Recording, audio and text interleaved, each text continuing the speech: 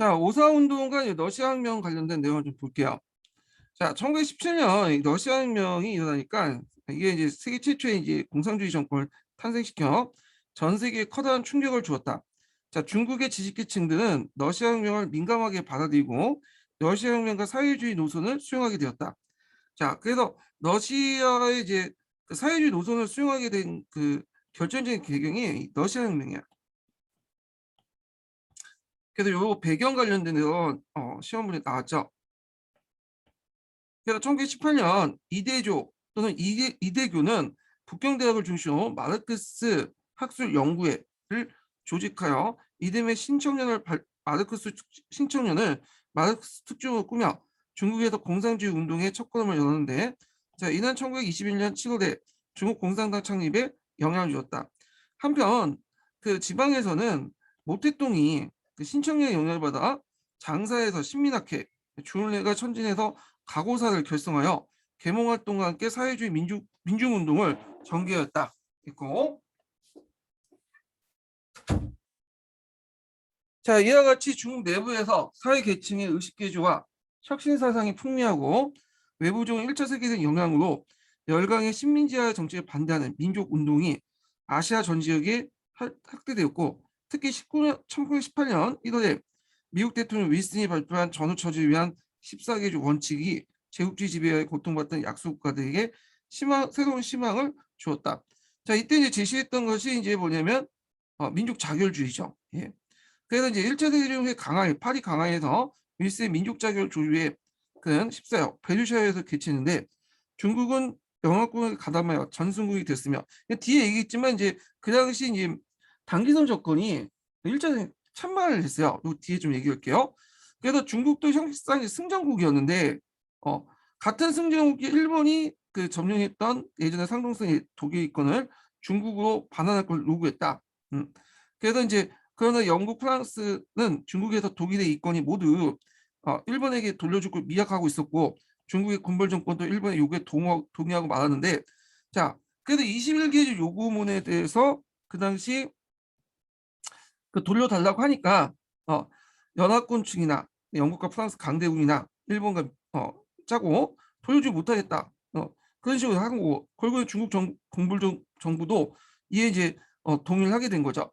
그래서 이제 이런 것들이 이제 나중에 오사운동에 영향을 미치게 되죠. 민족 자격을 쟁취한 미국도 일본을 지지했으므로 베르사유에서는 중국의 요구가 전혀 받아들이지 않았다. 뭐 이런 내용이야. 자, 그다음에 이제 그 관련된 내용들을 이제 한국이나 중국사 이렇게 좀 볼게요. 자, 오사운동 볼게요. 자, 원세기가 제재운동을 추진하고 있던 1915년 1월에 일본은 21개 요구를 중국에 제출했다. 그 내용은 그 앞에도 좀 읽었지만 이제 다시 한번 읽어볼게요. 일본이 1차 세계대전에 참전하여 점령한 중국 내 조차지인 상동 지역에 대한 일본의 건의 확보, 남만주, 내몽골에서 일본의 특수한 위치 강화, 중국 주요 기업에 대한 참여, 정치, 군사, 재정 등에 대한 일본인 고문 초빙, 그리고 중국 친한 공동 유지인데, 뒷부분을 제외하고는 다 받아들였다고 했죠. 원세기가. 그것은 중국의 주권을 중대하게 침해한 것이다. 만약 이들을 전면 수용한다면 중국은 제2의 조선처럼 일본의 식민지로 떨어지는 순서를 밟게 될지는 모를 일이었다. 자, 원세기는 일본의 최후 통치에 굴복해 고문초빙이나 치안 공동유지 등 중국의 주권을 크게 침해한 부분만 일부 내용을 유보시킨 채 이를 수락했다. 자, 그러나 이듬해 원세기가 죽고 나서 북경 정부는 단기석 안이파 군벌을 장악하면서 그 일본 단기성 정권을 지원하면서 일본 세력을 확대했고요. 그때 이제 일본에서는 거액의 차관을 받은 단기석은 일본과 주일 공동 방정협정을 맺게 돼요. 요거 좀 기억을 해두세요. 예전에 기출 예문에 나왔어. 이건 뭐 주 내용이 뭐냐면 중일, 중국과 일본이 공동으로 방적 뭐죠? 여기 보시면 이제 한자 보면 적이라는 말 있죠. 러시아를 그 당시 소련이죠. 소련을 막고자 하는 협정이다. 공동으로 이제 소련을 막고자 하는 협정을 체결했어요. 자, 그 내용을 이제 보면요. 자, 러시아 혁명 세력에 공동을 방어하자는 것이었고, 실제로 일본군이 중국 내 자유로운 행동과 군 기사 기지 협정 및 일본군에 대한 중국인의 어떤 예속을 초래하는 것이었다. 그러니까 러시아를 이제 소련을 막고자 중국 내에 일본군이 주둔하는 걸 인정하자는 거야. 자, 그걸 통해서 일본은 이제 중국에 합법적으로 주둔할 수 있고, 그 다음에 중국군을 예속화시킬 수 있다. 이런 내용이죠. 자, 이 협정이 비밀리 이제 교섭을 통해 알게 된 중국인 일본 유학생들은 귀국해 반대 운동을 펼쳤는데 운동의 목적을 달성하지 못했지만 청년 학생과 학생 구국회 같은 조직을 했어요. 이 구국회는 다 뒤에도 있지만 많이 조직돼. 예. 왜냐하면 구국이라는 말 자체가 학생 그 나라를 구한다는 뜻 아니에요. 예. 자, 하여튼 1918년 그 구국회 보면 중일 공동 방적 군사협정에 반대하여 조직된 단체로 구성운동은 1918년 10월 국민잡지사를 결성하고 1919년 1월 국민잡지를 발행하여 애국운동에 큰 역할을 했다. 자, 이런 이제 단체들이 이제 조직을 해 이들 일부가 훗날 애국운동의 핵심적인 역할을 맡게 되었다. 한편 1차 세계전 뒤에 전후 세계질서 재편을 위해 열린 파리 강화회에서 전순국의 일원으로 참가했던 중국은 패전국인 독일이 상동성이 가지고 있는 권익을 당연히 해소하겠으며 일본의 강화회에서 체결된 21개조 요구문이 무효라고 주장했다. 그러나 일본은 1918년 9월 중국이 상동성에 있어서 여러 문제 처리에 관한 교환 공문을 훈연히 동의했으며 이때 동의한 주체는 이제 누구겠어요? 원색이겠죠. 상동 권익 문제는 일본과 중국 간의 문제이지 강화의 의제가 되지 못한다고 주장했다.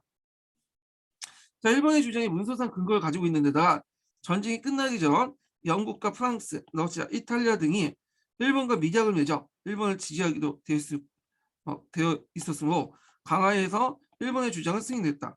그리고 여기에다 플러스니 미국이 지지를 해줬죠. 미국은 1920년대까지 이전까지는 일본에 대해서 상당히 호감적 호의를 가지고 있었어요. 그래서 일본의 정책들을 이제 많이 지지를 해주고 그랬거든요. 근데 20년대 이후부터 나오면서 일본이 이제 중국도 침략하고 여러 가지 제국주의 정책을 또 침략을 하잖아요. 그러면서 이제 미국 내에서 이제 반일 감정이 확산이 되기 시작해요. 예. 근데 그 전까지는 아직 친일본적인 성향이 있었다. 호의적인 성향을 갖고 있었다. 이렇게 기억을 해두시면 돼요. 그래서 이 소식이 이제 그 중국에 전해져 예국 운동을 촉발시켰다.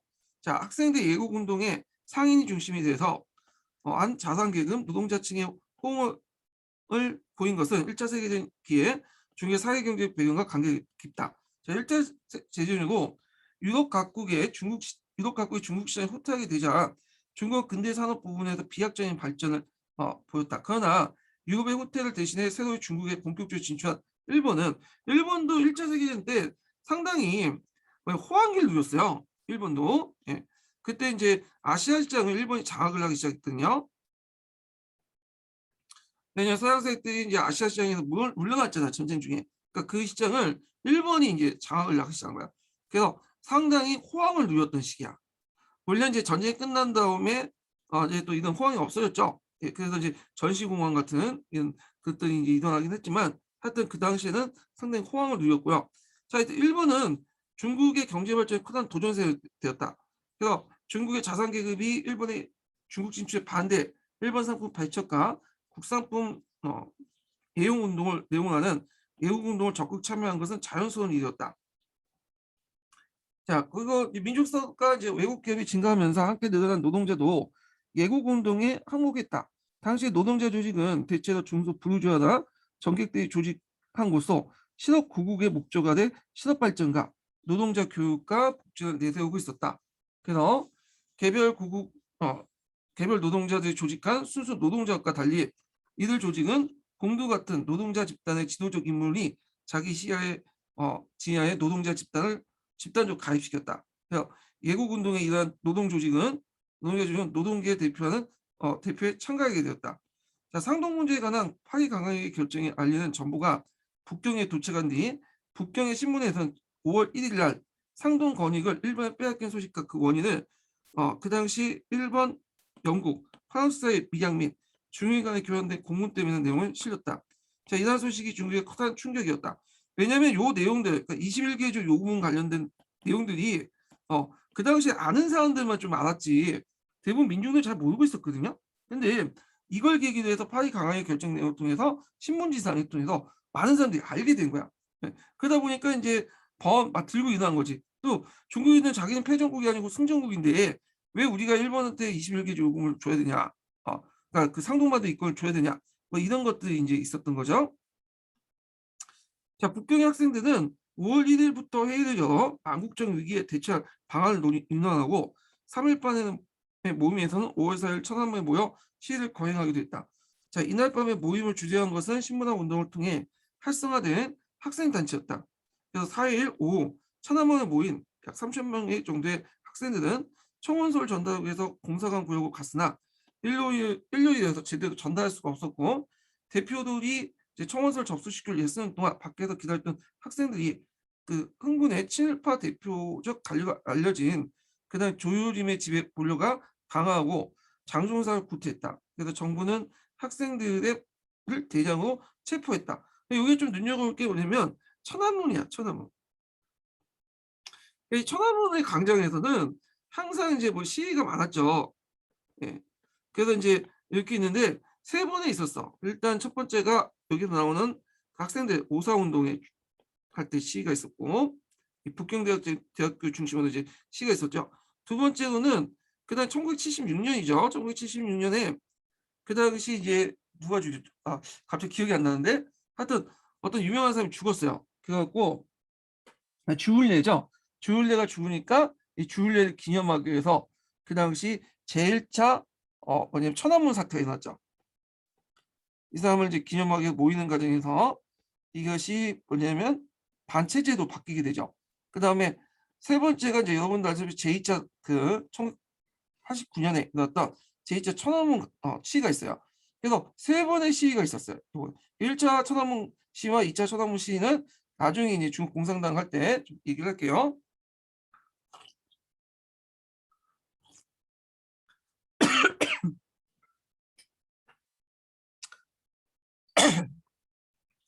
자, 그래서 잠깐만요.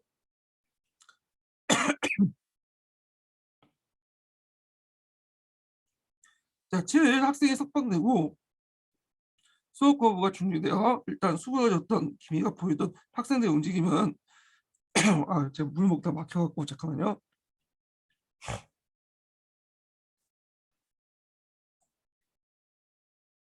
죄송합니다. 다시 시작할게요.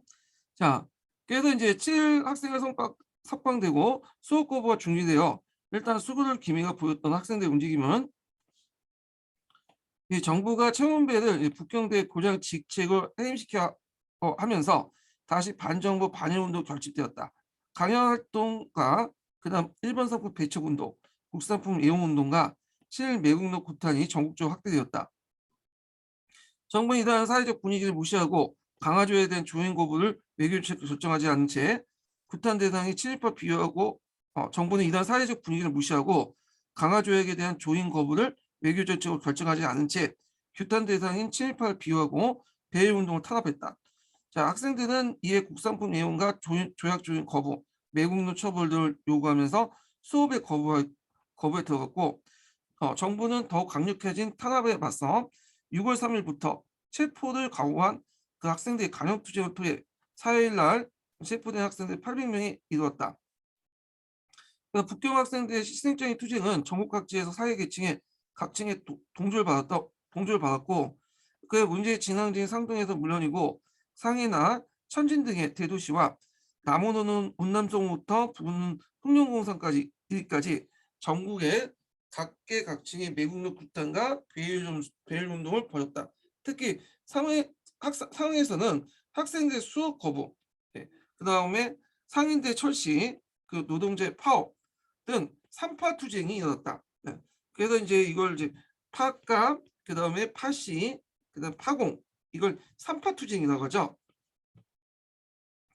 자, 대중운동이 이와 같이 격화됨에 따라 지방간주 중에 친일적인 3명의 고관들이 파면한 요구가 나왔고 그래서 지방간주들 중에서도 친일적인 3명의 고관들이 파면한 요구가 나왔고 정부는 조유림, 장중상, 육중영 3인에게 파면을 내렸다.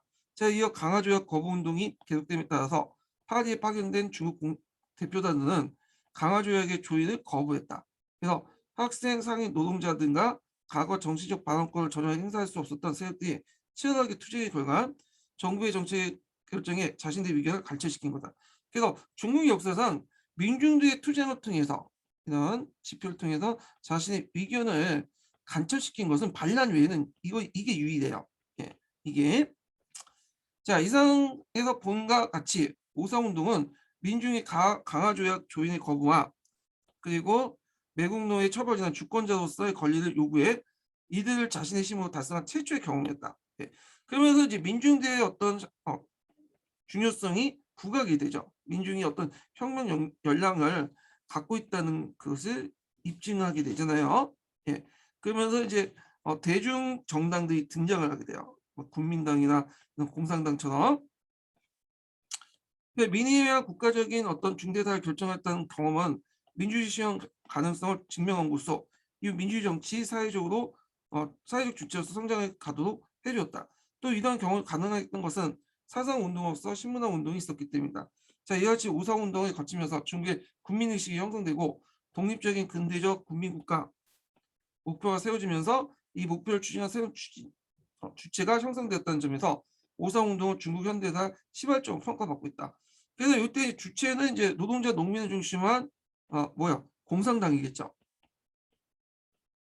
그리고 이제 오사운동은 보통 중국 공산당에서는 이 오사운동 때부터 현대로 봐요. 현대.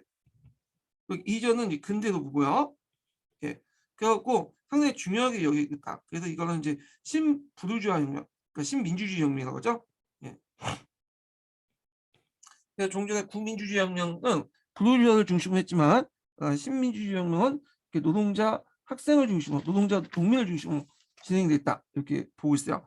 자 그러면 노동 사사 오사운동의 영향 관련된 내용을 좀 보는데 자 이거는 이제 여기 동계에 관련된 내용을 좀 볼게요. 요건요. 그래갖고 이제 요거는 이제 여성 해방인데 하여튼 이 동계 내용을 읽고 그 다음에 한의중 내용 한번 읽어보겠습니다. 아, 동계 몇 페이지 펴 보시냐면요. 일단 692페이지 펴 보세요. 제가 이걸 좀 놓친 것 같아. 그 하다가 그 주의와 문제 논쟁을 좀 얘기를 해드려야 되는데 이게 이제 신동기에서는 빠졌더라고요. 예전에 기출문에 나왔던 부분인데 그래서 요거는 따로 제가 좀 정리할게요. 그 오사운동 끝난 다음에 예. 자 하여튼 동계 내용을 좀 볼게요. 자 오사운동의 폭발 이렇게 볼게요. 오사운동 오사운동 폭발이나 오사운동 역사적 의의 몇 페이지 펴보시냐면 692페이지 펴보세요. 네. 자, 그 오사운동의 이제 역사적 의의는 우리나라 3.1운동하고 좀 비슷해요. 그래서 엘리트 중심의 어떤 그런 운동에서 민중의 어떤 힘을 인식시키는 그런 계기가 되는데요. 자, 그래서 첫 번째로는 자 민중의 정치적 성장을 줄 수 있죠.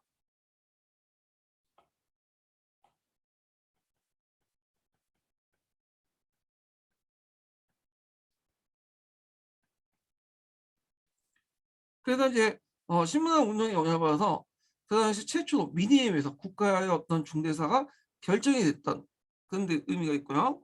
그다음 두 번째로는 그 노동자 계층에 의한 그 프롤레타 단서, 이 노동자 계층들에서 이제 사회주의 프롤레타 혁명의 단서가 마련됐다. 네. 그러면서 이제 노동자 조직이 활성화되고 마르크스 사상이 이제 확산되는 그런 계기가 됐죠. 그리고 이때 이제 뭐 삼파 투쟁을 하게 돼요. 자, 이 삼파 투쟁은 아까 전에 언급했던 그 삼파 투쟁이 아니고 여기에서는 주로 이제 세계를 타파하자는 거죠. 제국주의, 그 다음에 그 매판 세력, 그 다음에 봉건 세력 이걸 타파하자는 것이 삼파 투쟁을 하게 됐다는 거예요. 자, 그다음 세 번째는 오사운동을 계기 위해서 그 중국의 혁명의 목표가 명확해졌죠. 반제국주의, 그 다음에 반봉건주의라는 그는 중국의 혁명 목표가 명확히 해주기 그, 하, 그 명확해지기 시작했다. 그 다음에 이제 지식인과 민중들의 결합이 일어나요.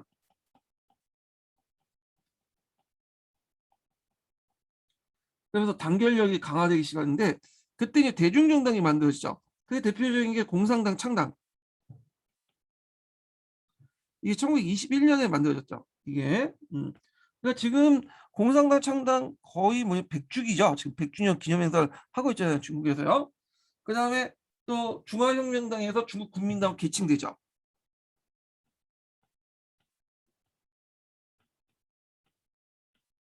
자, 그리고 이제 공산당에서는 이걸 이제 신민주주의 혁명이라고 평가받고 있죠. 신해혁명의 구민주주의 혁명, 부르주아 주도의 구민주주의 혁명에서 그 신민주주의 혁명을 이렇게 평가받기 시작해요. 예. 그래서 이 모택동이 얘기한 건데, 자, 그래서 이제 있고, 근데 최근에는 이 오사운동이 좀 약화되고 있어요. 의미가. 왜냐면 그 예전에 이제 오사운동 같은 이제 대중운동이 천안문에서 일어났잖아요. 그래서 예전에 뭐 천안문 사태 민주화 요구를 하니까 이 오사운동도 이런 맥락에서 또 해석을 할 수 있잖아. 그래서 겉으로는 상당히 뭐냐면 높게 평가하고 있지만 실질적으로 잘 부각이 안 돼요. 그래서 그 오사운동 그 자체보다는 역사서에 서술할 때 그 오사운동이 지향하는 어떤 가치를 되게 강조를 하지 오사운동 자체는 좀 약간 평가 절하하고 있는 분위기야. 예. 약간 괜찮다고 하지만 전체적으로 볼 때 오사운동보다는 오사운동의 지향만 강조하고 오사운동 자체는 약간 이제 평가절하보다는 말자면인데 좀 비중을 적게 두고 있어요. 예, 비중을. 예. 자, 그래서 이제 이렇게 이제 한번 볼게요. 또 이렇게 한번 정리를 해봤고요. 자, 오사운동의 역사적 의미를 한번 또 이제 강조를 해볼게요. 자, 오사운동은 중국 근현대사의 그 획기적 의미를 두고 있다. 먼저 이 운동은 학생운동이 시작되어 노동자 시민계층이 민중운동을 발전하여 민중에 의한 정치적 의사 표시가 성공을 거뒀다는 점이다. 자, 종래 정치운동이 주로 소수의 혁명가들의 무장봉이나 정객이나 군벌의 세력 다툼이 있었던 성격과 달리 중국의 노동자 계급이 정치적 독립파업을 장기간 거쳐 감행하였고 그들이 제청하고 있던 운동 목표를 달성했다는 점에서 노동자 계층의 정치적 성장을 의미하는 것이다. 두 번째 역사적 의미로서는 노동자 계층에 의한 프롤레타리아 혁명의 단서를 열었다는 것이다. 그래서 중국의 지식인 계층은 이미 마르크스주의에 접근하기 시작했고 오사운동을 거쳐 더욱 진전되었다. 자, 이래야 오사운동의 지도적 인사 가운데 중국 공산당을 창립한 인물이 나타나게 되었고 따라서 오사운동은 자본가 계급에 의한 부르주아 민주주의 혁명으로부터 무상계급에 의한 프롤레타리아 민주주의 혁명으로 전환 획기적인 계기가 되었다. 중국의 노동자는 그 제국주의, 그다음에 매판 자본가, 그리고 봉건 세력이라는 삼중의 압박을 받고 있었으며 이를 타도하는 삼파 투쟁의 목표 설정을 분명히 했다. 자, 이때 삼파 운동의 주요 타파 대상은 제국주의, 매판 자본가, 그 봉건 세력들이죠. 예, 요거 연결시켜서 보시면 되고요. 자, 세 번째로는 자, 오사운동의 계기로 반제국주의, 반봉건주의라는 중국 혁명의 목표가 명확해졌다. 그래서 오사운동 초기에는 21개조 파기, 친일 관료의 파면이라는 극히 부분적인 요구로 시작되었다. 그러나 투쟁이 거치는 과정에서 중국 민중의 억압한 근본이 일본의 침략한 제국주의 외국세력 그리고 이와 밀접되는 군벌 정권이라는 봉건적 지배 구조를 인식하게 되죠. 그래서 처음에는 반제국주의 그러니까 단순히 일본을 반대한다는 운동에서 출발했지만 일본을 반대하다 보니까 그 밑바닥에는 제국주의 세력이 있고 그다음에 그걸 또 뒷받침하는 군벌 같은 봉건주의 세력이 있었어요. 그래서 반제국주의, 반봉건주의 성향을 띠고 있는 거죠. 자, 이래 전국 각계의 연합회의에서 그다음에 내세운 국권운동가 민치 촉진은 민족의 독립과 민주주의 확립을 갈망하는 민중운동의 기반이 되었고 이것이 곧바로 오사운동에서 쟁취한 민중의 일치된 승리라고 평가할 수 있다. 그래서 중국 근현대사에서 이 오사운동을 어떻게 평가를 하고 있냐? 국민당, 공산당 시각이죠. 오사운동이 이전에 신민주주의 혁명 시대를 설정하고 그 이전의 신해혁명을 구민주주의 혁명 시대로 구분하고 있는 이유는 혁명 주체의 이런 변화의 역사적 중요성을 놓고 있다. 뭐 이렇게 이제 볼 수가 있어요. 자, 그러면 관련돼서 이제 항의중 내용을 좀 읽어볼게요. 오사운동 영향. 자, 신문화 운동의 전개에서 알 수 있듯이 이 오사 운동의 저주에 흐르고 있던 것은 가제는 국민에 대한 계몽이었다. 또 예국 운동에 폭발적으로 드러나고 있는 국국에 대한 갈망이었다. 나라를 구하겠다는. 그래서 계몽과 구국은 그 당시 동전의 앞면과 뒷면처럼 오사운동의 정신을 대표한다고 여겼다. 혹자는 중국이 지나치게 뭐냐면 구국의 명제에 압도되어 계몽 측면이 약화되는 바람에 여러 차례 혁명이 겪게 됐으며 유감을 생각하고 있다. 그래서 오늘까지 오사운동에 제기된 계몽이라는 측면은 미안의 가제에 남아있다.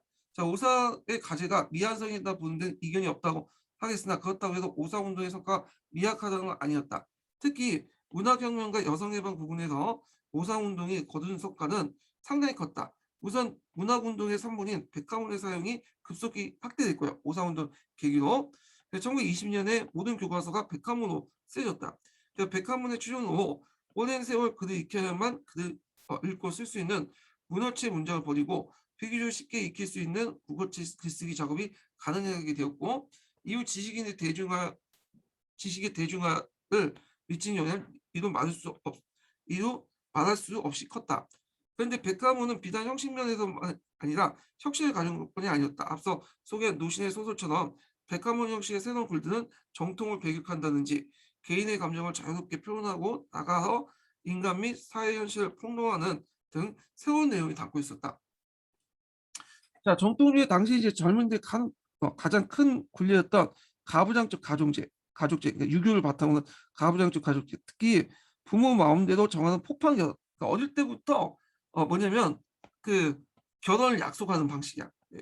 그래서 어릴 때 약속하고 어느 정도 나이가 차면 결혼하는 방식인데, 자, 그래서 이제 요거 내용을 보면 중국의 정통적 결혼 양식으로 당사자의 의사와는 관계없이 가장이 혼주가 되어 매파를 통해서 그 적당한 이제 가문을 배우자 선택을 하고 약혼을 하고 일정 나이가 차면 결혼하는 그런 방식이었죠.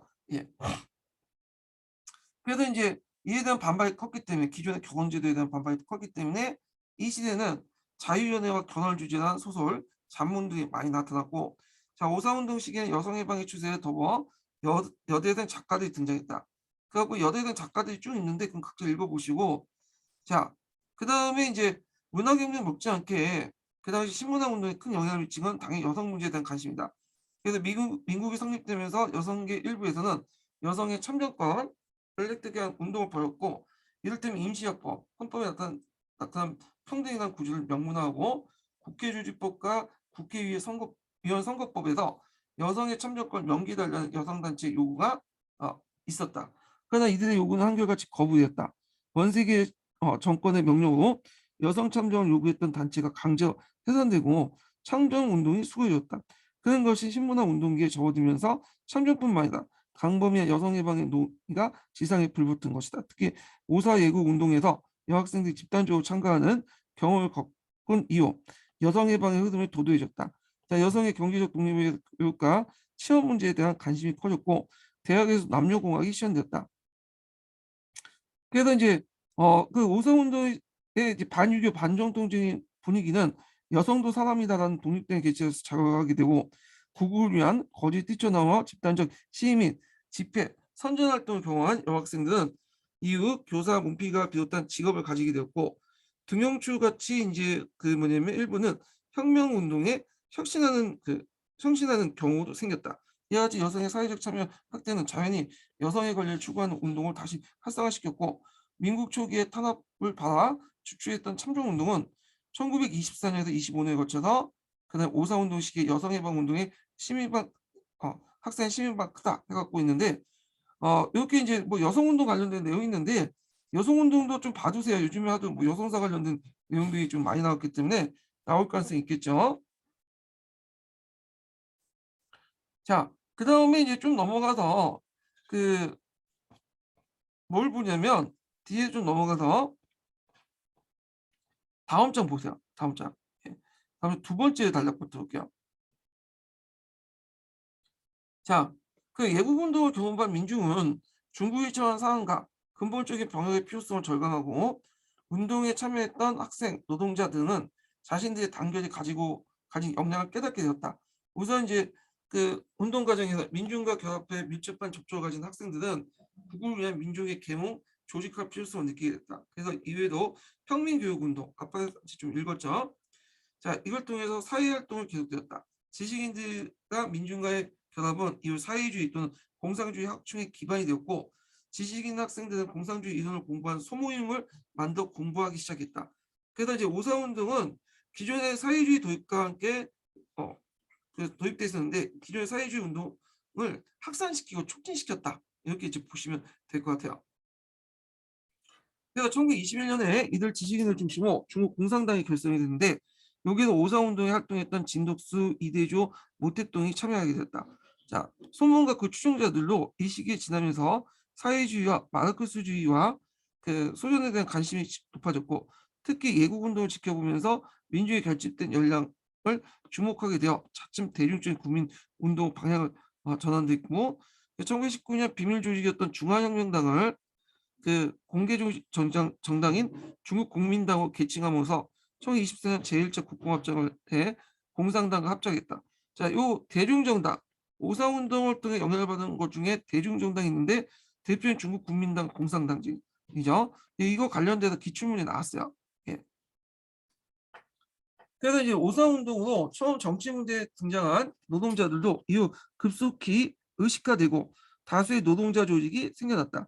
오사운동 이전에 부르주아에 의해 지도되는 노동자 전체 외에도 무정부주의나 사회주의 영향을 받은 그 노동단체가 등장하게 되었고, 자, 이들 단체는 본격적 자본주의 부정을 포방하지는 이들 단체는 본격적 자본주의 부정을 포방하지는 않았고 노동자 처우 개선의 문제를 우선적으로 해결하고자 했다. 자, 이와 같이 현대적 노동조합 후에 공산당 설립과 함께 노동운동이 활성화되면서 국민혁명이 본격기에 발전됐다. 이렇게 있고요. 자, 그러면 이제 여기 군벌 관련된 내용에 넘어가기 전에 뭘 보냐면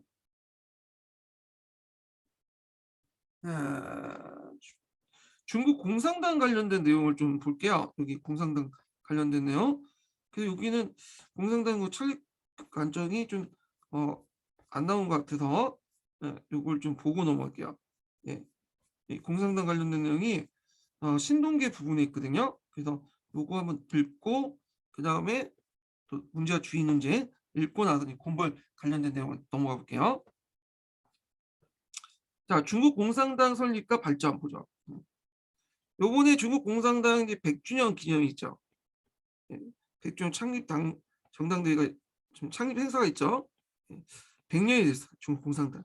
1921년에 만들어져서 지금까지 현재까지 100년 동안 지금 있죠. 그래서 지금 중국을 장악하고 있는 게 중국 공산당인데 최근에 중국 공산당 100주년 창당 기념일 해갖고 성대하게 축제도 벌이고 그래요. 중국에서.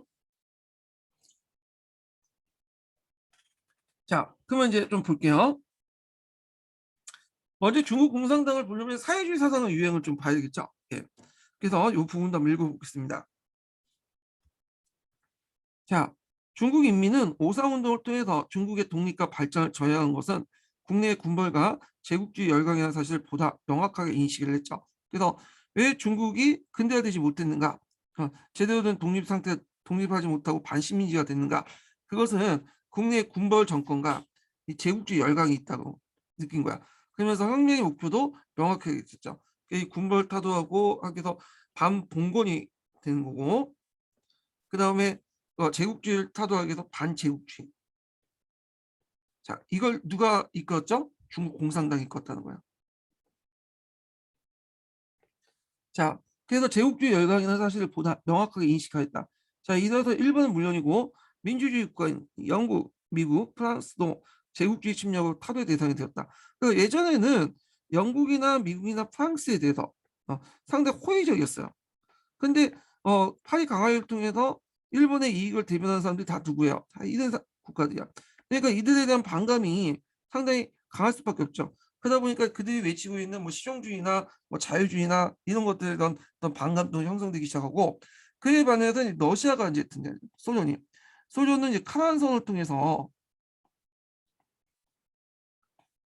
모든 주권을 포기해서 중국한테 주겠다. 네, 얘기를 했잖아요. 물론 다 거짓말이지만 자, 이 구단을 믿었던 이제 중국인들은 소련에 대해서 호의를 느껴요. 영국과 미국, 프랑스는 일본 편을 뒀는데 소련은 우리 입장을 좀 이해하고 자신의 기득권을 다 내려놓고 우리한테 모든 권리를 예전에 뺏겼던 페라사 같은 권리를 주겠다고 하니까 상당히 호의를 느낄 수밖에 없겠죠. 자, 이런 것도 사회주의 학상이 돼. 이 카난성 같이 이런 소련의 이런 호의 같은 것도. 자, 한번 계속 읽어볼게요. 한편 사상적 오상운동 이후에 지식인, 청년, 학생들의 관심은 새로운 중국을 어떤 모델로 건설하고 그 방법을 어디에서 구할 것인가를 집중되고 있었다. 자, 이에 대해서 각계 지식인들의 의견이 일치되지 못했다. 다만 일치된 요소는 민주주의를 바탕으로 한 반제 반봉건 운동을 전개하기 위해서 사회주의 사상을 보다 진보적 이상적으로 받아들였다는 거죠. 예, 진보적이고 이상적인 걸 받아들였고요. 따라서 자유민주주의와 자본주의 체제에 대한 무조건적인 열망은 점차 수그러졌고 1차 세계대전 후에 참화도 서구의 강국에 대해서 회의를 생기게 됐다. 자, 이런 사상적 조조 속에서 급속히 퍼져 있는 것은 마르크스 사상과 러시아인에 대한 영향을 받은 공산주의에 대한 동경이었다. 그래서 사회주의를 이제 확산될 수 있었던 것은 두 가지 배경을 볼 수 있는데, 하나는 마르크스주의를 바탕한 그 러시아 사회주의 혁명 성공, 두 번째로는 그 당시 이제 영국, 미국, 프랑스가 제국 침략 국가를 이제 인식하게 됐잖아요. 그러면서 이제 점점 그 소련에 대한 호감 증가, 카난성 등등해서 이런 것들이 사회주의를 확산시키는 배경이 되었다는 거죠. 자, 이와 같은 사상적 전환기에 마르크스 사상을 이제 체계적으로 성립한 이가 이대주였다. 그는 서민의 승리, 볼세비즘의 승리. 자, 요거 좀 기억을 해주세요. 요 그걸 발표했는데 요 관련된 이대주가 발표한 내용이 예전에 기출문에 나왔어요. 기출 예문으로요. 자, 그래서 세계혁명의 새로운 방향을 인민의 주체적 역할을 찾아냈고 신청년 특지고에서 마르크스주의를 부각시켜 그 이론을 소개했다. 특히 신조 창간호에서도 러시아의 어떤 시혁명이야말로 20세기 새로운 조주하고 평하면서 그 인민 근로자의 군벌, 자본가를 물리치고 사회혁명을 일으켰다고 주장했다. 특히 이제 오상운동을 전후하여 각종 사회주의 사조가 풍미하면서 북경대학에서 사회주의 연구회가 성립되었고 유사한 연구 모임이 각국에서 나타났다. 그래서 뭐 앞에서 언급한 것처럼 신민학회가 있고요. 그 다음에 가고사 이런 것도 있죠. 이와 함께 사회민주주의, 그 다음에 무정부주의, 공산주의 사회, 공산적 사회주의, 마르크스주의와 공산주의 등 각종 사회주의 등이 널리 유행되었다. 자, 그럼 여기에서 한번 살펴볼 것이 이제 이대주와 관련돼 갖고 예전에 나왔던 주의와 문제의 논쟁을 살펴볼 수 있습니다. 이건 강자중국사에 자세히 나와 있거든요. 자, 그러면 이거 좀 보면 주의와 문제 논쟁 좀 볼게요. 요 기출문이 나왔죠. 03년 기출문이 나왔고 이게 19년도인가 18년도에 한번 기출문이 나왔어요. 예, 여기. 자, 주의의 문제의 논쟁은 이 사회주의 같은 이제 이런 이념들을 어떻게 바라볼 것이냐 이런 거야. 그래서 사회주의 자체가 중요하다라고 강조하는 사람을 누구냐면 이대주고요.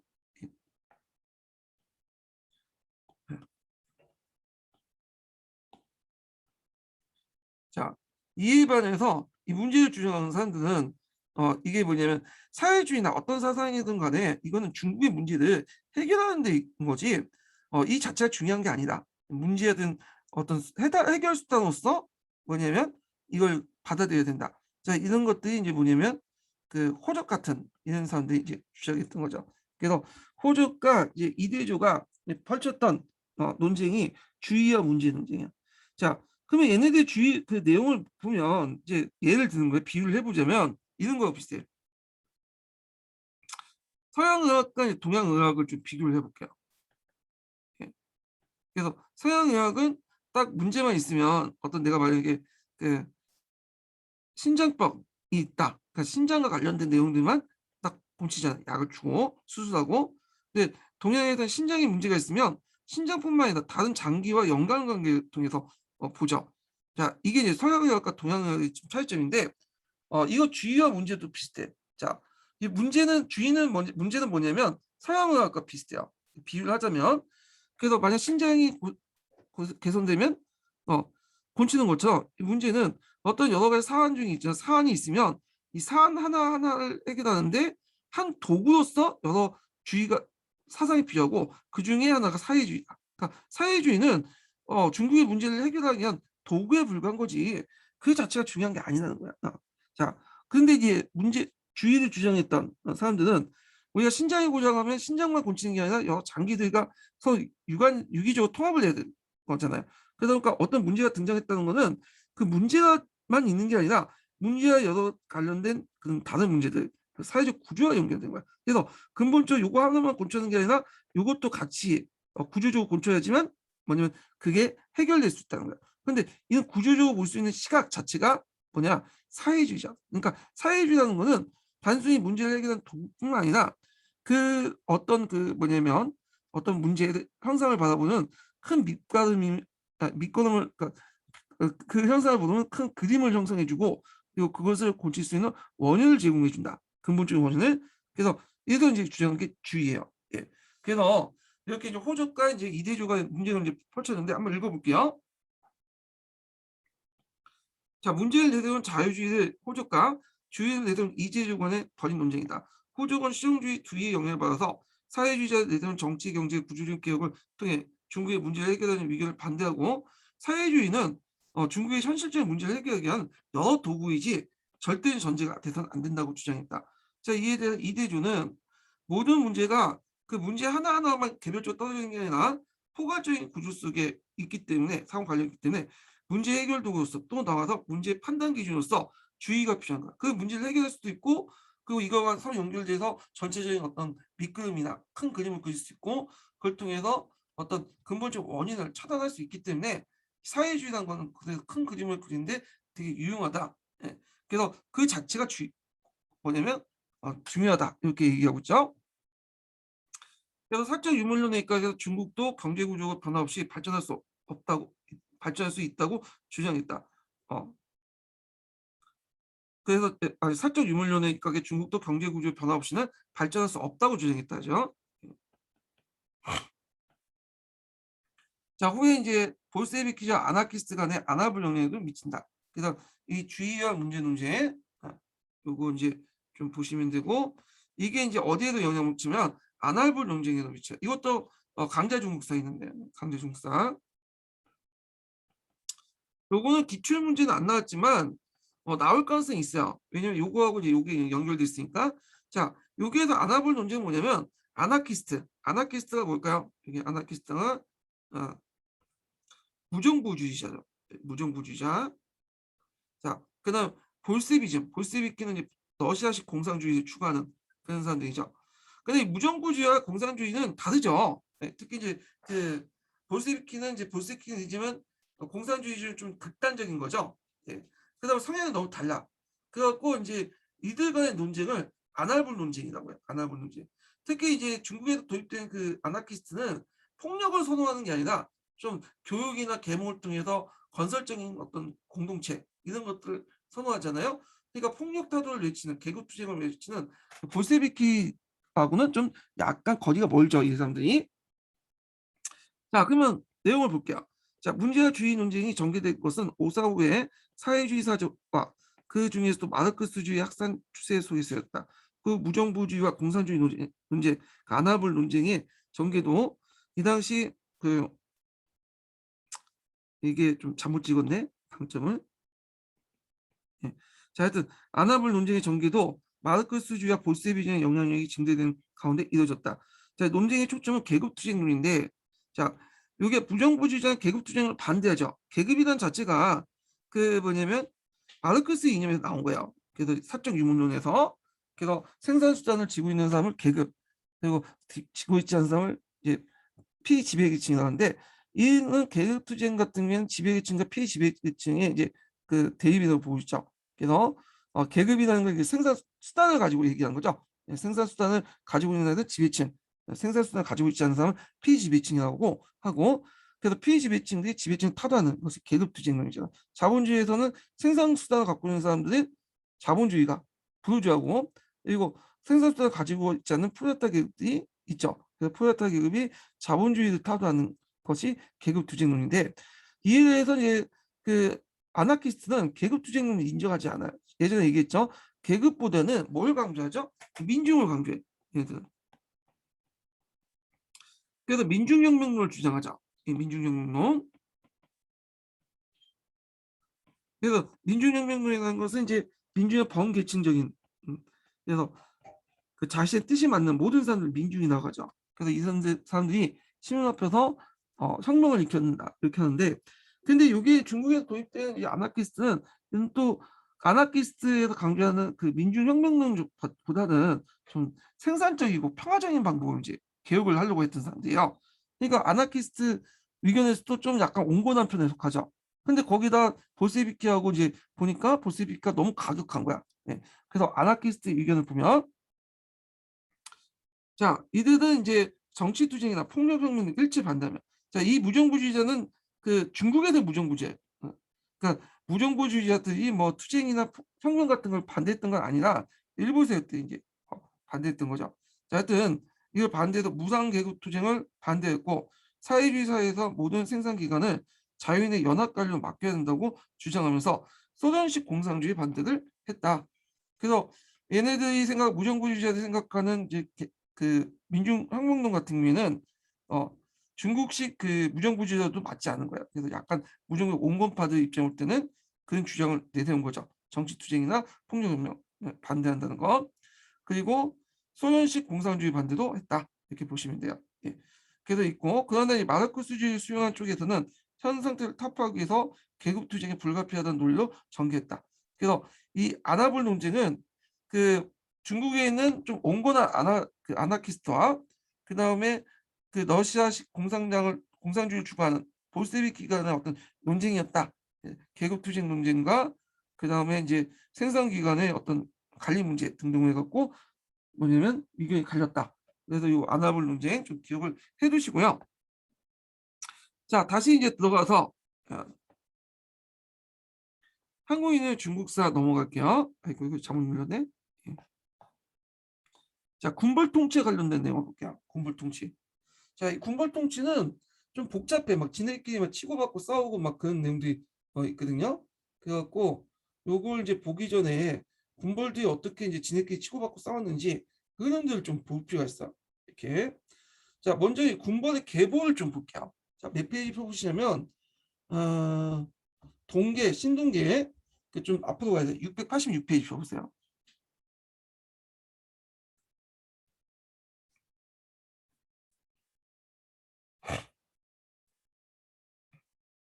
자, 여기 군벌 계보가 나오죠. 군벌 계보. 자, 그 당시에 1920년대부터 이제 그 40년대까지 장악했던 세력들이 군벌들인데, 자, 이 군벌들은 크게 이제 북양 군벌과 지방 군벌로 나눌 수 있어요. 자, 북양 군벌은 이 원색에 시야했었던 그 군대들이죠. 그 애들이 원색이 죽고 나서 이제 분열됐는데, 대표적인 이제 그 군벌들이 안이파가 있어요. 단기석을 수장한, 예. 그다음 지게파가 있죠. 풍국장, 오페부, 조군 이런 사람도 있고, 그다음에 풍옥산 같은 게 있는데, 풍옥산은 원래는 지게파에 속해 있다가 나중에 떨어져 나갔죠, 얘네들은. 예. 자, 그래서 이제 있고, 지방 군벌들은 그 되게 다양해. 예전에 이제 그 뭐냐면 동맹의 계통의 사람들도 있고, 그 다음에 지방 신군들 애들도 있고, 아니면 도적 집단, 마적 집단들이 이제 군발로 성장하는 그런 케이스가 있는데, 자, 이 지방 군벌 중에 제일 큰 세력들이 봉천파였어요. 이 봉천파. 장자림이 있죠. 장하장 그의 아들이죠. 이 사람 이름은 외워두기 필요가 있겠죠. 장자림과 장하장. 이 사람은 이제 서한 사건하고 관련돼 있죠. 이 봉천파는 만주를 이제 기반으로 한 거야. 그 기반이 이제 만주고, 이 장자림이 세웠는데, 이 장자림은 그 마적 출신이죠. 그 도적대들이 모여가지고 군벌 형성했다고 보시면 돼요. 근데 처음에는 봉천파는 자기 새끼만 만주에서만 놀다가, 그리고 이제 그 하다가 북양 군벌 내 권력 투쟁에 말려들게 되죠. 그래서 얘네들도 그 요게 들어가게 돼. 그래서 원래는 지방 군벌이지만 이 봉천파까지 합쳐갖고 중앙 권력, 예, 중앙 군벌 이렇게 보고 있죠. 예. 그다음 삼서파로서 염송상이 있어요.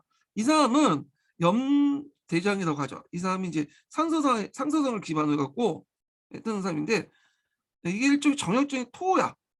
이 사람은 그 1920년에서 거의 국공 그 내전 끝날 무렵 1949년까지 상서성을 실제 통치했던 인물이에요. 예. 뭐 국민당이든 국민당 시절에도 거기 통치를 했고, 하여튼 거기에 터줏대감이야. 터줏대감. 예. 그래서 이제 연수상이라는 사람이 있고, 그다음에 강동 강서파도 있죠.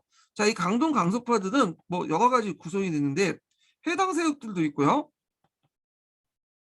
그다음에 예전에 이제 동맹의 세력들도 있어요.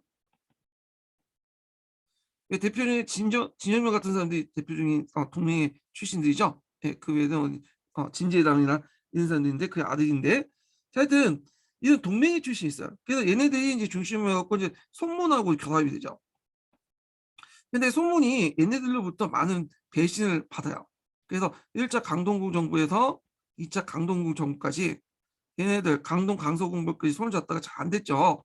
그러니까 이제 해당이나 이 동맹의 애들, 예전에 동맹이 그 군대를 가지고는 안 되겠다. 동맹의 그 밑에 있는 산하 군대가 가지고는 안 되니까 손문이 따로 이제 국민당을 만들어 놓고 국민의 당군을 만들어. 예. 그래서 소련의 지원을 받았고. 그래갖고 이제 있는데, 그래서 얘네들은 주로 이제 손문과 연결되고 상대적으로 앞에 언급한 이 북양 군불이나 뭐 봉천파, 상서파 군불보다는 좀 더 개몽된 군불이에요. 근데 좀 더 색깔이 진보적일 뿐이지 실질적으로는 군벌의 속성에서 크게 벗어나지 않아. 예. 자, 하여튼 이런 군벌 외에도 여러 군벌들이 있는데 요거까지 뭐 굳이 알 필요 없고, 자, 이런 군벌들이 있었다 이렇게 기억을 해두시면 되고요. 자, 이런 군벌들은 또 외세와 연결돼 있어요. 특히 북양 군벌들은 이제 외세들과 많이 연결되는데, 자, 대표적인 게 이제 안희파 같은 경우에, 예, 안희파나 그다음에 뒤에 이제 봉초파 같은 경우에는 누구의 지원을 받았냐면 일본의 지원을 받았죠. 친일적인 성격을 갖고 있고, 그다음에 이 지게파 같은 거 있죠. 이 지게파나 이런 사람들은 되게 미국이나 영미국과의 지원을 받았어. 그래서 외국 세력들과 연결돼 있다. 그래서 외국 세력들이 비호화돼 있었고 지원도 많이 받았고 그렇게 이제 했다는 걸 좀 기억을 해두시면 될 것 같아요. 자, 그러면 이제 이렇게 한번 이제 군벌들 이제 그 내용을 봤고요. 그러면 군벌들이 어떻게 싸웠는가? 이것도 이제 봐야 되겠죠. 예전에 기출문제에 간간히 그런 내용들이 좀 나와 있거든요. 그래서 원세기가 죽은 다음에 군벌들의 어떤 정치 변화를 좀 정리하고 나서 한번 읽어볼게요. 자,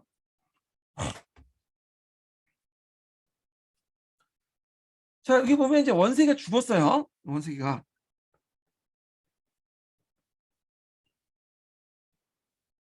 자, 원세기가 죽고 나서 집권을 집권했던 사람들이 누구냐면 당기석이야. 그 일본의 지원하에 이제 집권을 해요. 이 사람이. 당기석이 안입하죠.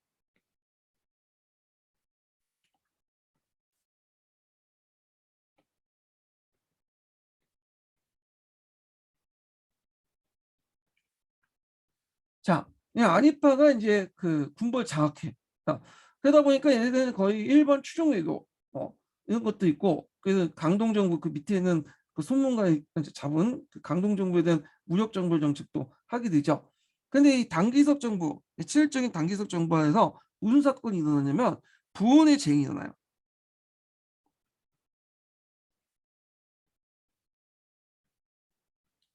자, 부라는 것은 여운형의 총독부를 얘기해요.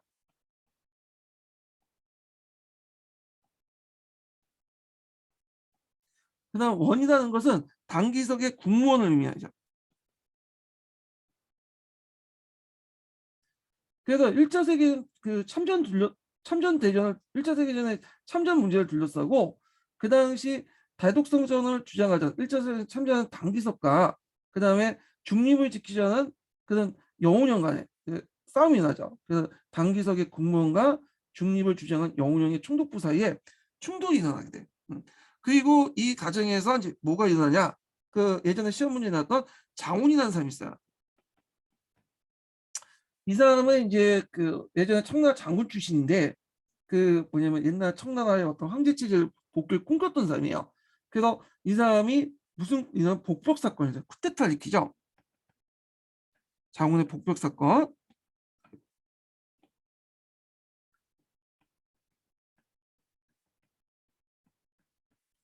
이게 되게 유명하죠. 이게 관련돼 갖고 2010년도에 나왔어요. 장군의 복벽 사건. 여기서 복벽이라는 건 벽은 임금 벽자죠. 그래서 예전에 청나라 황제를 복귀시키자. 그래갖고 그때 자금성에서 유폐됐던 누굴 끄집어내서 이제 황제 위에 다시 주세 푸이를 얹혀놓은 푸이를 올려놨죠. 자기는 또 변발도 하고 그렇지만 곧바로 뭐냐면 진압이 되죠. 장군의 복병 사건은. 그리고 나서 이제 그때 이제 캉웨이가 여기에 참여하게 돼요.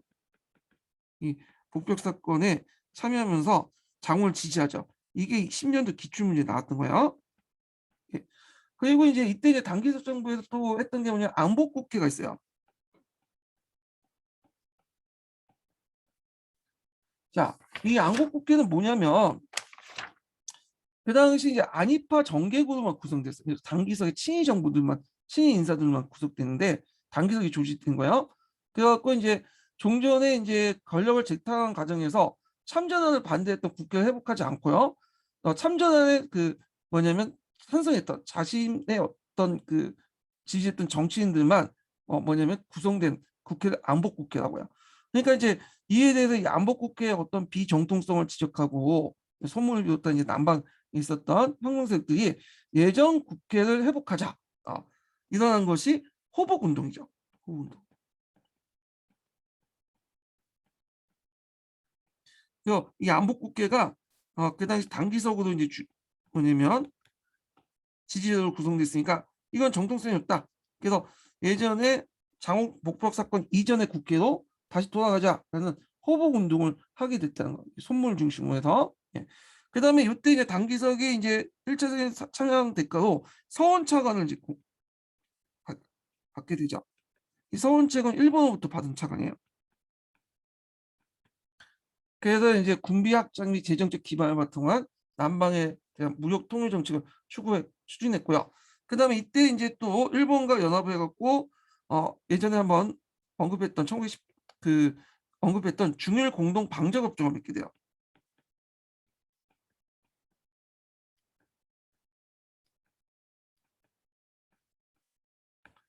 자, 이게 1918년에 맺어졌죠. 이거 예전에 기출문제 나왔던 거죠. 자, 그래도 이제 이런 단기적 정권에 반대해서 그 당시 이제 그 지계파가 이제 본격화에 들어오죠. 그래서 안직 전쟁이 나요. 네, 안직 전쟁.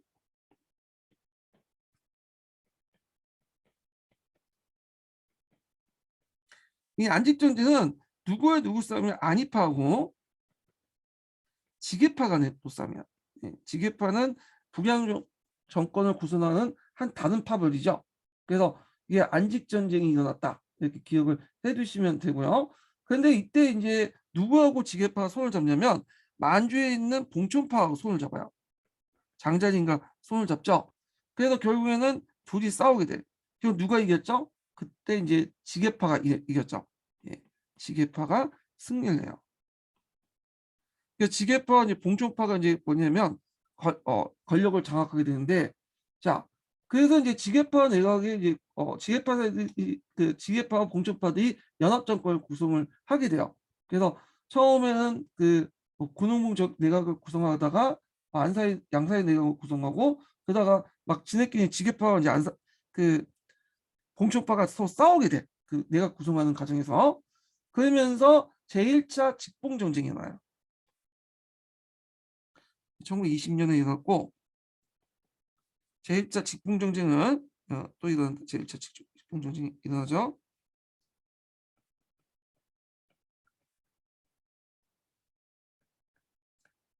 자, 제1차 직봉 전쟁 1922년에 일어나죠. 예. 그냥 지게파하고 또 봉춘파 간의 싸움이야. 걔네들이 둘이 싸우죠. 지게파하고 봉춘파까지 이제 많이 지네끼리 치고받고 싸우는데, 자, 결국에는 제1차 직봉 전쟁은 결국엔 지게파 승리로 끝나게 되죠.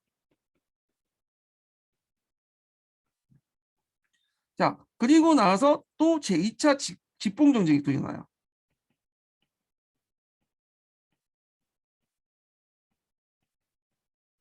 자, 제2차 직봉 전쟁은 1924년에 일어났죠.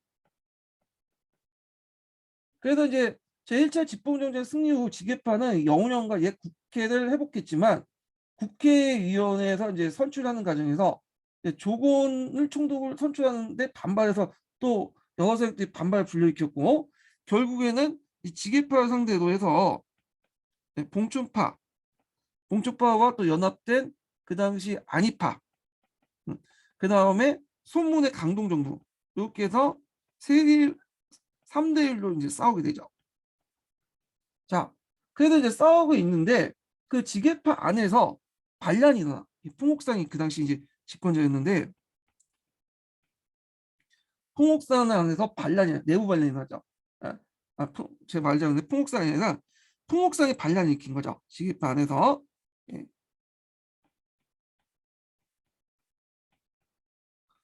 자, 그래서 풍옥상은 앞에서 언급한 것처럼 그 원래는 지게파 안에 있었던 사람인데 이 사람이 반란을 일으켰어요. 그래서 이 사람은 따로 국민군계통이라고 얘기를 해요. 예. 그래서 풍옥상이 이 반란을 일으켰다 이렇게 기억을 해두시고요. 그래서 결국에는 이걸 제2차 북경정변이라고 하는데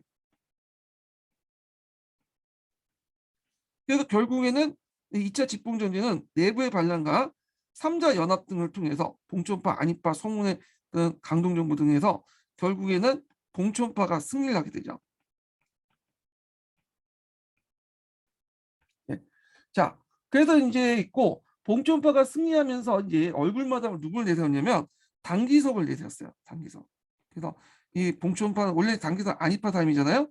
근데 일단 같이 참여했으니까 집을 나눠줘야 될 거 아니에요. 그래서 실권은 봉천파 장자임이 지고 당기석이 이제 얼굴마다 뭐냐면 임시 집전에 취임하게 되죠. 이러면서 이제 누가 또 싸우게 되냐면 그 당시 그 봉천파 그 안희파들이 군벌 정권이 손문하고 싸우게 돼요. 같이 이제 예전에 싸웠지만 이때부터 권력을 나눠 가져야 될 거 아니에요. 그래서 이제 이때 이제 뭘 하냐면 손문은 국민회의를 지청해요. 그래서 이 국민회의를 제청해서 그 당시 모든 그 뭐냐면 세력들이 모여서 국민을 만들어서 거기에서 정권을 다시 만들자 이렇게 주장을 하죠. 자, 그런데 이제 이에 대해서 당기석을 비롯한 이제 군불 쪽 세력들은 이렇게 하면 자기가 정권을 뺏길 수 있으니까 그에 대항해서 선의회의를 주장을 해요. 그래서 국민회의와 그 다음에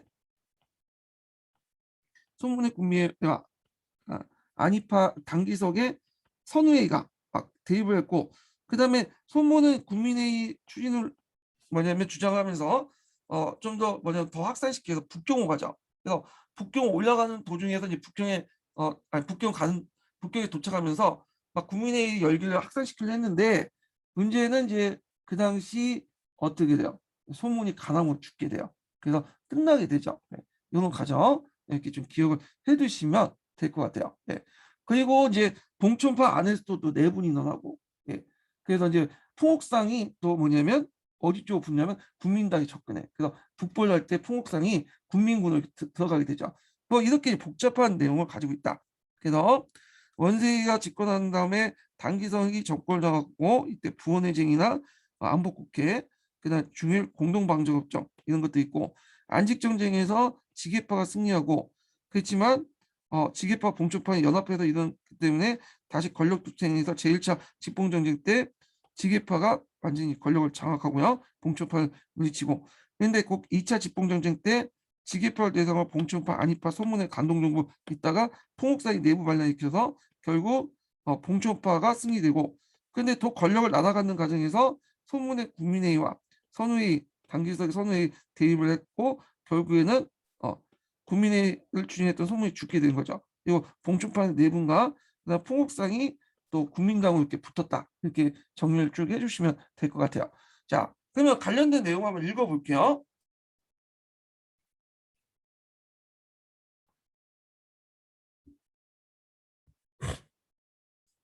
자, 몇 페이지 펴보시냐면요.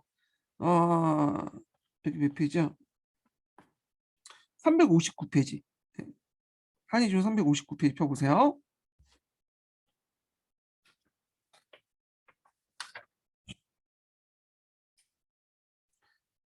자, 1916년 원세계 죽자 그의 직계 부대로 구성된 북양군벌은 지게파, 안희파로 나눠져 파벌 갈등이 시작되었다. 지게파의 주요 군벌로는 풍국장, 그다음 조군, 오페부 등이 있었으며, 그다음 안희파는 당기석 시야에 있었다. 두 파는 중앙정부로서의 정통성과 열강의 차관과 간세, 염세 등의 수입을 가진 북경 정권을 장악하기 위해서 치열한 투쟁을 벌였다. 자, 원세가 사망 후에 총독직의 시합에 군대를 가지지 못한 부총독 영운영이 계승되었다. 지게파 수령 풍국장은 부총독으로 선출되었고 안희파 수령 당기석이 국무총리를 맡았다. 자, 영운영의 부총독 총독부와 당기석의 내각 공무원이 1차 세계대전 참전 여부를 둘러싸고 충돌하게 되는데, 자, 이것을 이제 뭐라고 하죠? 부원회쟁이라고 하죠. 부원회쟁.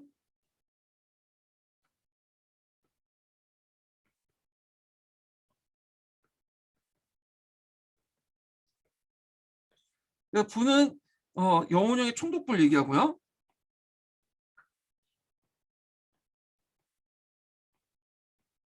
총독부의 부자죠. 원은 당기석의 국무원을 얘기해. 원자죠. 자, 당기석은 국회가 참전을 가결시키고 1차 세계대전 연결된 거죠. 그래서 당기석은 일본과 연결됐다고 했죠. 영운영은 당기석을 해임하고 군벌 장원을 북경으로 불렸다. 자, 장원이 국회를 해산하고 영운을 퇴진시킨 뒤, 원래 영운영이 불렸지만 장원은 이제 영운의 뜻대로 이제 지방의 군대를 이끌고 왔지만 영운영을 뭐냐면 받들어 모시진 않았어요. 그래서 이 사람을 이제 쳐내니까, 자, 그때 이제 대신 누굴 받들어 모셨냐면 청주의 마지막 황제였던 성통제 부위를 다시 제2의 추대하는 복고적인 정통을 전변을 일으켰고, 당기석은 공화정을 유지한다는 명목으로 다시 군대를 일으켜 장운석을 진압하고 권좌에 복귀했다. 자, 또 당기석은 자신의 참전안에 반대했던 국회를 회복시키지 않고 안희파 정계로 구성된 국회 이걸 구성했다. 이걸 안복국회라고 하죠. 예. 자, 손문을 비롯한 남방의 혁명세력들은 이 안복국회 비정통성을 지적하면서 그 당시 공화혁명의 결실을 조직된 옛 국회를 회복한다는, 즉 법통을 옹호한다는 명목으로 호복운동을 펼쳤다. 예, 요거 기억을 해주세요. 안복국회. 이 호복운동도 예전에 기출 예문을 잠깐 나왔어요. 이것도. 자, 당기석은 호복권을 무력으로 진압하고자 했으나 안희파와의 대립적 관계에 있던 지게파의 반대로 좌절되었고, 자, 이후 오사운동이 전국적으로 전개되면서 안희파와 지게파는 더욱 첨예하게 대립하였다. 자, 당기석 시하의 군벌이 서북지방의 세력을 확대하면서 이에 불만을 품은 봉촌파 군벌과 지게파 군벌이 동맹을 맺고요. 그래서 안희파 지게파 간의 전쟁이 났죠. 이걸 안직전쟁이라고 해요. 자, 봉초파와 연합한 지게파는 이 전쟁에 승리하고 북경정부를 장악했다. 그러나 또 지게파 봉촌파 사이에 또 세력 사이에 갈등이 일어나. 예. 권력은 공유하지 못하죠. 그러니까 서로 간에 이제 막 싸움이 일어나는데, 그래도 이제 그때 이제 또 지게파의 금호국 내각이 등장하고,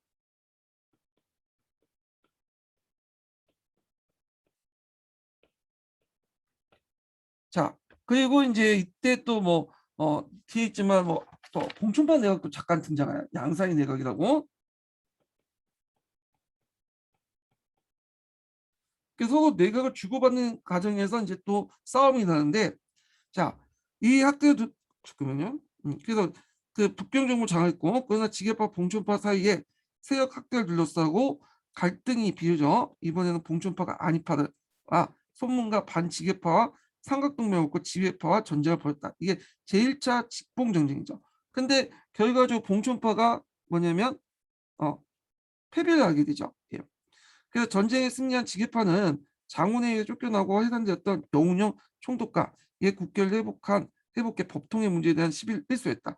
자, 안복국회를 해체하고 예전에 이제 참전 전에 그 했던 국회를 다시 회복해서 그 남방혁명정부가 그거 가지고 물고 떠져 나가자, 물어 제끼면서 막 공격하잖아요. 그러니까 이런 것들을 아예 차단했다는 거죠. 자, 이로써 당기석이 새 국회를 조직한 이후 남북 대치 상황이 연출됐던 손문의 호국운동의 명분을 상실했다. 자, 지게파는 법통회통에 이어서 자유주의적 지식인들 다수 포함한 내각을 조직함으로써 한때 북경 정부의 개혁 가능성 기대가 모아지긴 했지만 재정난에 직면한 이 내각의 무기력을 드러내면서 기대가 무산되었다. 게다가 지게파는 국회의원을 매수한 조공을 총독을 선출함으로써, 자, 그래서 돈으로 이제 뭐냐면 국회의원을 매수해갖고 지게파에 임무했던 조곤을 총독 선출했죠. 자, 그래서 이제 이걸 뭐라고 하냐면 조곤 해설이라고 해요. 이 사건을.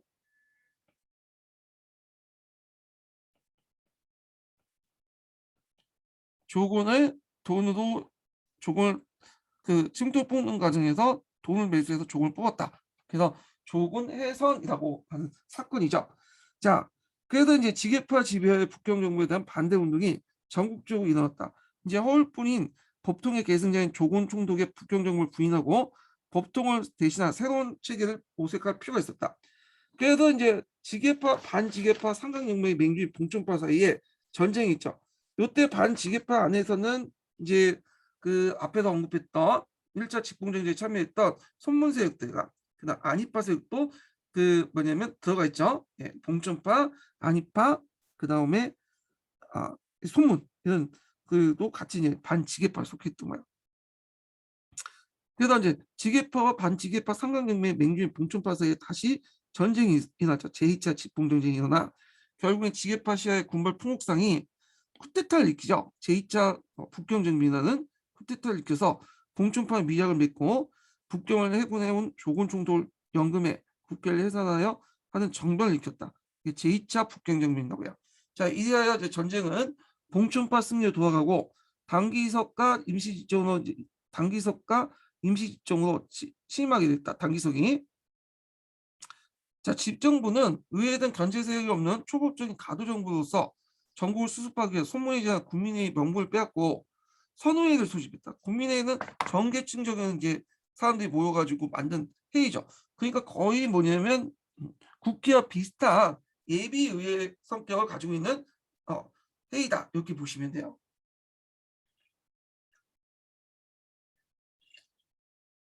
그래서 이들은 국민회의를 통해서 나름대로 뭐냐면 새로운 권력 구조를 만들려고 했어요. 소문이요. 자, 그럼 선호회는 엘리트 중심 각계 가칭의 대표들만 모여갖고 만든 건데, 자, 그래서 이제 이 선호회의에서 헌법을 기초한 위원회를 뽑고 국민대표의 조직대각을 만들었지만 당기석은 북방 군벌 간의 대규모 전쟁을 막을 아무런 조치를 취하지 못하였다. 자, 지게파가 이제 봉천파를 공격하면서 시작된 전쟁의 와중에서도 풍옥상의 부추김을 받은 봉천파의 장군이 봉천파 수령 장자님의 반결 들고 풍옥상도 군민당과 가까워지자 위기에 느낀 지게파 봉천파가 연합하여 풍옥상과 또 싸우는 혼전 양상이 보였다.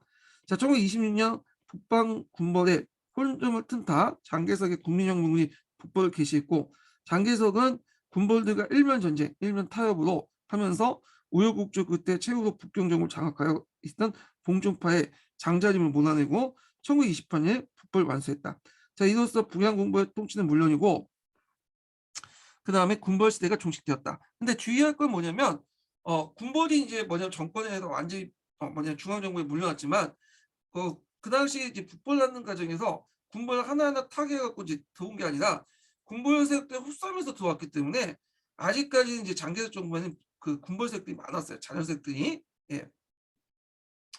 자, 그래도 이제 지금까지 이제 설명한 것은 이제 뭐냐면 북양 군벌이고요. 지방 군벌도 있죠. 이 지방 군벌. 자, 지방 군벌 중에 이제 강동계와 강서 군벌이 있는데 이들 선왕 군벌이라고 해요. 선왕 군벌이 좀 약간 세죠. 예전에 또 국민당 그 출신이나 그 다음에 이제 동맹이 출신들 많고요. 예. 자, 그러면 관련된 내용 지방 군벌 좀 볼게요. 자, 구양 군벌이 북경 정부를 둘러싼 패권 다툼에 골마고 있는 동안 지방 각지에서는 크고 작은 군벌들이 반독립적 상태로 활보하면서 영역 확대를 위해 국부적인 전쟁을 벌이고 있었다. 자, 지방 군벌 중에 가장 큰 세력을 가진 것은 운남과 강설 군벌 또한 선남 군벌의 최대 실세였다. 자, 이들은 원세계 제재 운동을 반대 투쟁하면서 세력을 키웠고 순문의 제1차 강동구 정부에 참여했다가 강동구 정부부터 순문을 밀어내기도 했다. 이걸 좀 나중에 설명할게요. 또 다른 선남군문 강동의 진영명은 강동에서 강서군부를 몰아낸 다음에 그 손문을 다시 받아서 제2차 광동군정부를 구성됐는데 이때 이제 소문이 끝까지 이제 북벌 고집하다가 반대해갖고 이 진영명이 쿠데타를 일으켜요. 진영민은 어떤 생각을 갖고 있냐면 강동인들 뭐냐면 수도 자치해야 된다. 그러니까 강동 자치를 주장했어. 이 사람은 북벌을 통해서 중앙정권을 장악한 것보다는 자기 세력 기반인 강동을 해서 자치 정부를 수립하는 그 목적이 있었어요. 그래서 이걸 이제 뭐라고 얘기하냐면 연성 자치운동이라고 또 하거든요. 뒤에 좀 다시 정리하겠지만, 예. 그래서 이 연성 자치운동을 주장했던 사람이야. 근데 이에 반해서 이제 그 누구야? 이에 반해서 손문 같은 경우에는 북벌을 통해서 중앙 정권을 이제 탈취하려고 했던 사람이에요. 그러다 보니까 이제 모니가 좀 같지가 않죠. 예. 그래서 결국에는 미래의 싸움이 나왔고 진영범이 쿠데타를 일으켜서 결국에는 그 당시 누구야? 손문을 추방을 하게 되죠. 그래서 손문이 상해로 이제 갔다가 거기에서 코미테과 제휴를 하게 돼요. 예, 그 과정이고. 자, 이들은 서남 지역의 군벌들은 손문에 잠깐 어디까지 여기까지 있죠. 얼마 가지 못해서 결국 손문 세력등 강동의 기반을 빼앗겼다. 자, 그 군벌 시대의 남북 대치의 정장이 되었던 사천과 호남은 오랫동안 군벌의 혼전 지역이 됐고, 자, 이들 서남 지방의 이제 군벌들은 손문의 호북 운동기의 전략이 필요에 따라서 손문이 강동 그 정부와 연합하기도 했으나 대체로 손문의 북벌에 대해서 반대를 했고 영선 자치 운동을 주했다. 자, 연선 자치 운동은 좀 이따가 더 좀 자세히 살펴볼게요. 요거 예전에 기출문이 나왔던 거죠. 자, 이 밖에 상서성의 이제 공화혁명 이후에 염선사기 라는 군벌이 독립적 영역으로 남아 있었고, 연선사관 시종 그 국공 내전기까지 이 상서성을 장악했어요. 그래서 이 연선사관 그 상서 시종인과 부양군벌조의 특색은 파벌과 연합하는 정책으로 자신의 세력을 유지 확대해 가는데 나간 중에 장개성 군벌군에 가담했다. 자, 이들 이제 지역 군벌과 중앙 군벌이나 지역 군벌도 중앙 권력과 마찬가지로 잦은 전쟁을 통해 성세 부침이 심했고 또 지역 군벌이 어떤 성을 장악하고 있다고 해서 그의 지배가 전성에 미치는 것도 아니었다. 성 안에는 또 다른 소규모 지역 군벌도 활발하고 있었고, 자, 이리하여 이제 그 뭐냐 전반적으로 군벌 시대는 대부분 지역이 잦은 군벌 세력의 교체로 장기적인 정말 가진 안정된 통치 구조를 갖지 못했다. 이렇게 보시면 돼요. 자, 그 다음에 이제 군벌의 이제 내용 관련된 내용 볼게요. 요거 하기 전에 세 번째 인증번호 알려드릴게요. 세 번째 인증번호는 91번입니다. 예, 세 번째 인증은 91번이에요.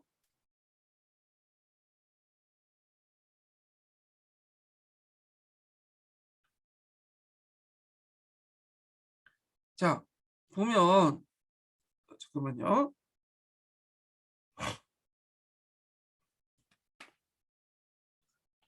군부의 통치에 영향을 볼게요. 자, 군부는 자신의 세력을 유지하기 위해서 막강한 군비를 필요했다. 그래서 중앙정부가 중앙집권적 행정능력을 갖추지 못하고 지방군벌에 의해서 분권적인 경향이 강했으므로 군벌의 군비는 예산을 분배받아 확보된 것이 아니었다. 자, 군벌은 직접 농민과 상인층부터 현재 재정을 조사하기 때문에 심한 수탈했다. 가장 기본적인 이제 수입인 토지세는 장래 몇 년, 때로는 몇십 년치의 세금을 미리 걷어 일이 받아서 농민들 큰 부담이 되었고 또 각종 명목으로 무원칙으로 징수하는 부가세와 잡세도 수십 가지가 되었다. 그중에 곳곳에 징수처가 설치되어 상품이 운송하는 동안 부과된 상품 통과세 이금이라고 하죠. 예전에 시험 문제 나왔던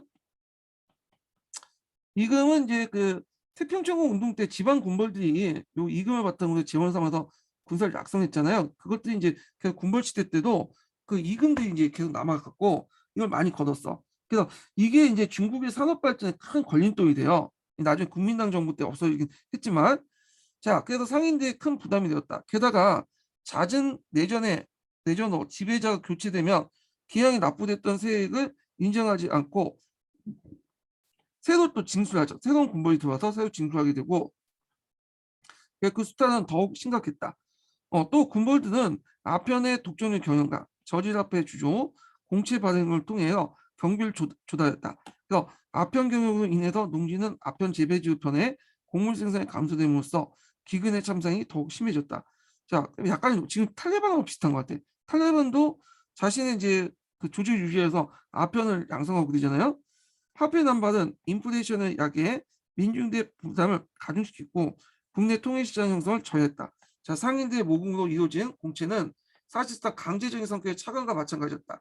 자, 이와 같이 군벌들은 각가지 수탈과 지배지역 내 지주, 신사와의 유착관계를 통해서 수도 대지주, 대자본가로 성장했지만 그 지배 아래 민중과 중국 전체의 경제 발전에 큰 피해를 끼쳤다.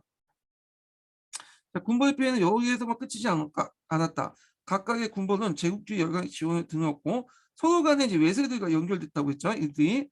그래서 자기 세력을 확대하고자 했으며 매국적인 성격이 강했다. 예컨대 안일파 단기선 정권 일본부터 막대한 원정을 받고 이거 대표적인 원정이 서원차관 시데하라 원조라고 하죠. 시데하라 외상이 보냈던 서원차관이 대표적이고 그래서 이제 그 원조를 받아 자신의 세력을 강화하는 대가로 일본 측의 동북 지역과 상동의 이권을 보장해줬다. 자, 봉준파의 잠정에도 일본과 연결됐어. 일본의 지원을 얻으면서 동북 지역에서 일본의 권익을 보장해 주었다. 자, 이 밖에 지게파 군벌들은 영국, 미국의 지원을 받고 풍옥상은 소련의 지원을 받다. 자, 이와 같이 군벌 시대에는 내정 면에서 대민수탈이 심했고 통일된 경제 개발 발전에 정말 마련할 수 없었으며 대외적으로는 제국주의 열강에 대한 종속이 심화되었다. 그래서 군벌 시대의 인국 이대 최대 암흑기로 표현된 가닥도 여기 있었다. 이거요. 그래서 군벌 정치에 관련된 내용들을 한번 봤어요. 그래서 이렇게 좀 기억을 해두시고 자, 그리고 좀 쉬었다가 이제 영성자치운동 좀 살펴보기로 하죠.